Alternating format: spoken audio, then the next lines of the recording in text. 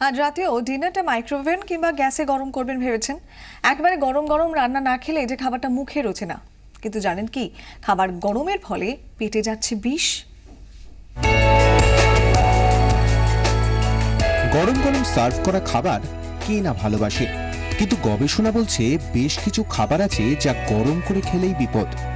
গবেষণা বলছে ভাত, ডিম বা আলুর তৈরি খাবার দুবার গরম করলেই পুষ্টিগুণ তো চলে যায়, তার সঙ্গেও শরীরে ক্ষতি হতে পারে।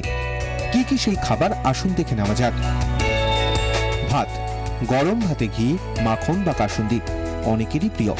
এই প্রিয় খাবারটা খেতে অনেকেই ভাত গরম করেন, কিন্তু ব্রিটেনের ফুড স্ট্যান্ডার্ড এজেন্সির গবেষণা বলছে ভাত রান্নার পর তা দীর্ঘক্ষণ ফেলে রাখলে ব্যাসিলাস সিরিয়াস নামে এক প্রকার ব্যাকটেরিয়া তৈরি হয়।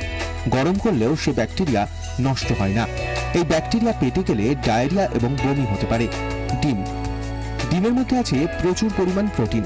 গরম করলে সেই প্রোটিন ভেঙে যায়। এই খাবার তখন অত্যন্ত ক্ষতিকারক। এছাড়াও ডিমের মধ্যে থাকে নির্দিষ্ট পরিমাণ সালমোনেলা নামের একটি ব্যাকটেরিয়া। ডিম গরম করলে এই ব্যাকটেরিয়া কিন্তু পুরোপুরি নষ্ট হয় না। মাশরুম।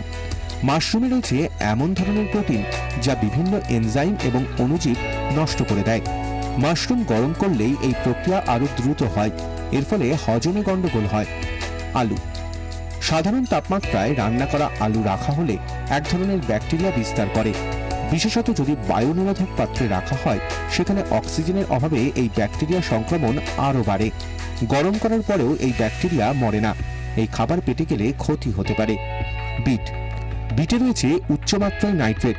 গরম করলে এই নাইট্রেট বিষাক্ত হয়ে যেতে পারে। নাইট্রেট ক্যান্সারের জন্য দায়ী, তাই এই সবজি ঠান্ডা খাওয়াই ভালো। কি এখনো ভাবছেন এই সমস্ত খাবার গরম করে খাবেন? ব্যুরো রিপোর্ট, 24 ঘন্টা।